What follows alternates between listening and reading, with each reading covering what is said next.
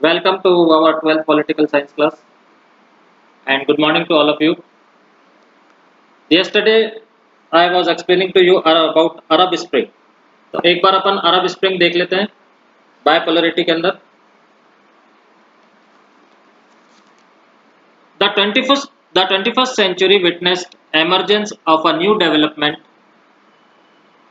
for democracies and democratization in West Asian countries. One such event is characterized as Arab Spring that began in 2009.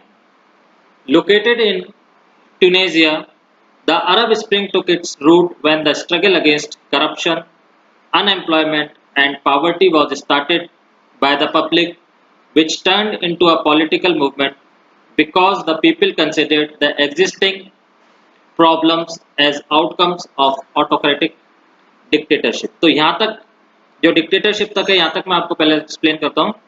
21st century के अंदर एक और बहुत बड़ा development उभर करके आया डेमोक्रेसी के लिए. लोग डिमांड करने लगे डेमोक्रेसी की और मांग करने लगे कि हमारी कंट्री या हमारे एरिया डेमोक्रेटाइजेशन हमारे एरिया के अंदर डेमोक्रेटाइजेशन होना चाहिए. और खास करके ये किस जगह पे आया? वेस्ट एशियन कंट्रीज के ऊपर. वेस्ट एशियन कंट्रीज आप जानते हैं, अरब कंट्रीज जो हैं वो वेस्ट एशियन कंट्रीज हैं कुछ है. तो वहाँ पे ये सबसे पहले आया, वहाँ पे ये स्टार्ट हुआ. Located in Tunisia, the Arab Spring took its root. अब कहाँ से स्टार्ट हुआ? टूनेशिया से, जहाँ पे इस आंदोलन की जड़ टूनेशिया जो देश है वहीं से स्टार्ट हुई. और वहाँ पे किस बात को लेकर के आंदोलन हुआ या स्ट्रगल हुआ? वो स्ट्रगल इस बात का था कि देश के अंदर क्या था? करप्शन था, भ्रष्टाचार था, बेरोजगारी थी, अनएम्प्लॉयमेंट थी, गरीबी थी, पावर्टी थी. ठीक है. और was started by the public which turned into a political. और ये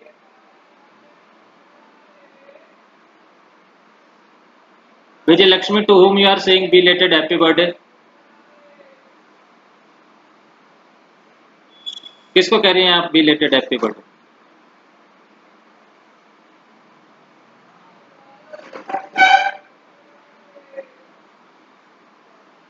Vijay Lakshmi, I am asking to you कि आप किसको कह रही हैं belated happy birthday? आप जो ये सब लिख रही है ना, ये सब रिकॉर्ड हो रहा है. और ये कभी प्रिंसिपल सर ने देख लिया ना तो फिर आप देख लेना कि आप यहाँ पे ध्यान दे रही है या आप दूसरों के साथ चैट कर रही है.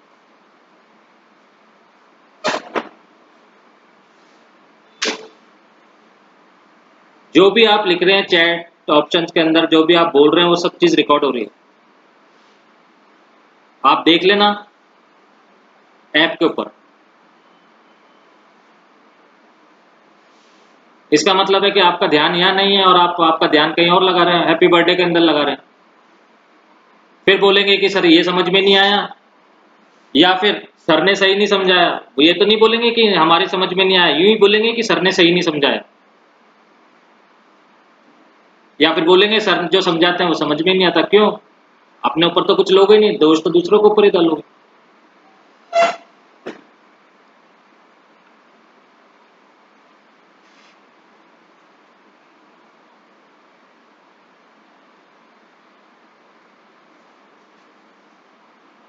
तो जो ये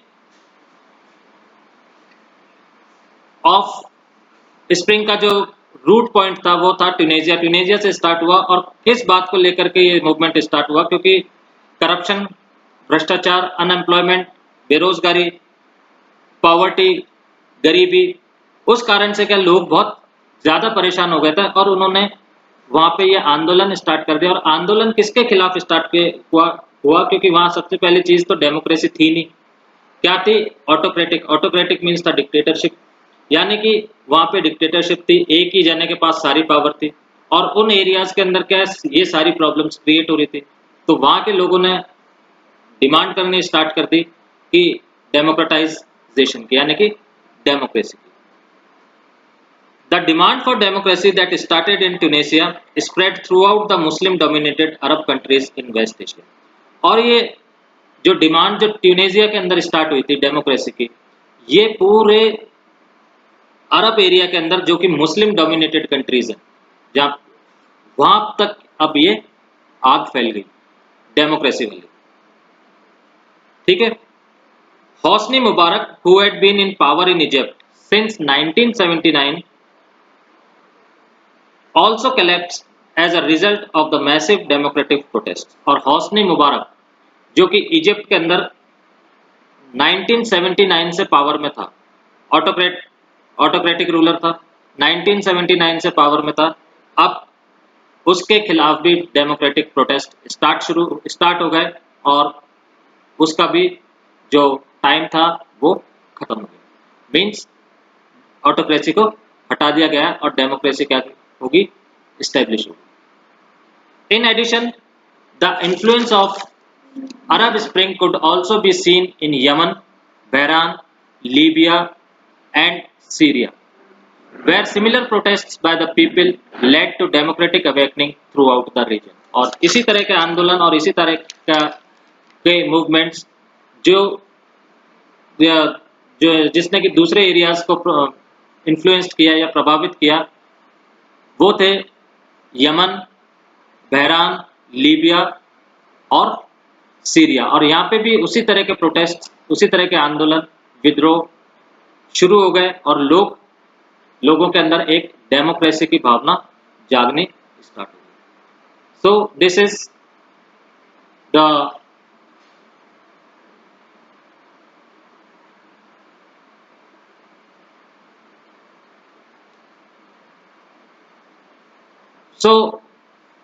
दिस इज अरब स्प्रिंग। ये क्या है, अरब स्प्रिंग। ठीक है। अरब स्प्रिंग का अगर आप शॉर्ट फॉर्म में समझ लें, एक लाइन में समझ लें कि okay Vijayalakshmi, it's all right बेटा, आपको जब इतना टाइम दिया है और मैं भी आपके साथ टाइम दे रहा हूँ, अब मेरा भी कितना डेटा खर्च हो रहा होगा यहाँ पे, आपका यहाँ पूरा सेटअप करके बैठा हूँ तो मेरा कितना डेटा लग रहा होगा। ठीक है, तो उस डेटा का कम यूज तो करो, आप लोग यूज करो उस डेटा का। 1 घंटे की क्लास लेता हूँ, 1 घंटे के मतलब सुबह से लेकर के अभी तक 2.5 घंटे की क्लास ले लेता हूँ, 1.5 घंटे की 2 घंटे की क्लास लेता हूँ, तो 2 घंटे में मेरा कितना डेटा जाता होगा। तो आप, मैं ये काहे के लिए कर रहा हूँ, आप लोगों के लिए तो कर रहा हूँ, आप कम से कम फायदा उठाओ इस चीज का। कोई बाद में तो रिपीट होगा नहीं, इसलिए तो मैं पेन लेकर के पढ़ा रहा हूँ कि कहीं बाद में स्कूल खुलेंगे जब वापस से रिपीट हो जाएगा, ऐसा थोड़ी होगा। इतने बड़े बड़े चैप्टर कौन रिपीट कर सकता है। एनीवे ध्यान लगाओ इधर, मैं चाहता हूँ तो आप लोगों के अच्छे परसेंटेज बने। सो आप अरब स्प्रिंग का एक छोटा सा 2 लाइन के अंदर याद कर लेना, अवेकनिंग ऑफ डेमोक्रेसी, यानी कि लोगों में डेमोक्रेसी की भावना जागने लगी। अवेकनिंग ऑफ डेमोक्रेसी, जो ऑटोक्रेटिक थे या डिक्टेटरशिप थी, उसको हटा करके लोगों के अंदर एक लोकतंत्र की भावना या डेमोक्रेसी की भावना उत्पन्न होने लगी।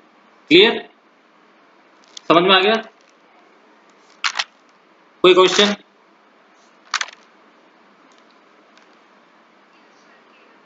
क्लियर? हाँ, तो अब अपन अपने चैप्टर पर आ जाते हैं। कहाँ पे थे, कहाँ से स्टार्ट करना था अपने को आज? Association of south east Asian Nations, यहीं से स्टार्ट करना है या कहाँ से स्टार्ट करना है? मैंने मैसेज नहीं,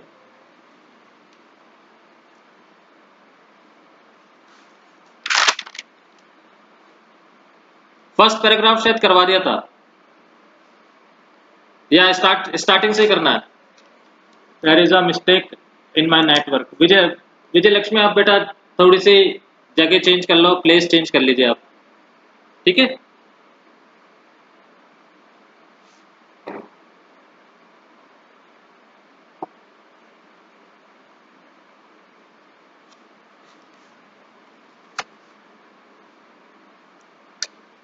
चलो स्टार्टिंग से करा,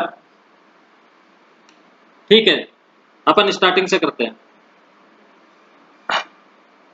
association of south east Asian Nations, ASEAN। Take a look at the political map of the world Which countries would you say fall in the southeastern region of Asia? Before and during the Second World War, this region of Asia suffered the economic and political consequences of repeated colonialism, both European and Japanese. At the end of the war, it confronted problems of nation building, the ravages of poverty and economic backwardness, and the pressure to align with one great power or another during the Cold War. This was a recipe for conflict which the countries of South Asia could ill afford. Efforts as Asian and Third World Unity, such as Bandung Conference and the non-aligned movement, were ineffective in establishing the conventions for informal cooperation and interaction. Hence, the Southeast Asian nations sought an alternative by establishing the Association for Southeast Asian Nation (ASEAN).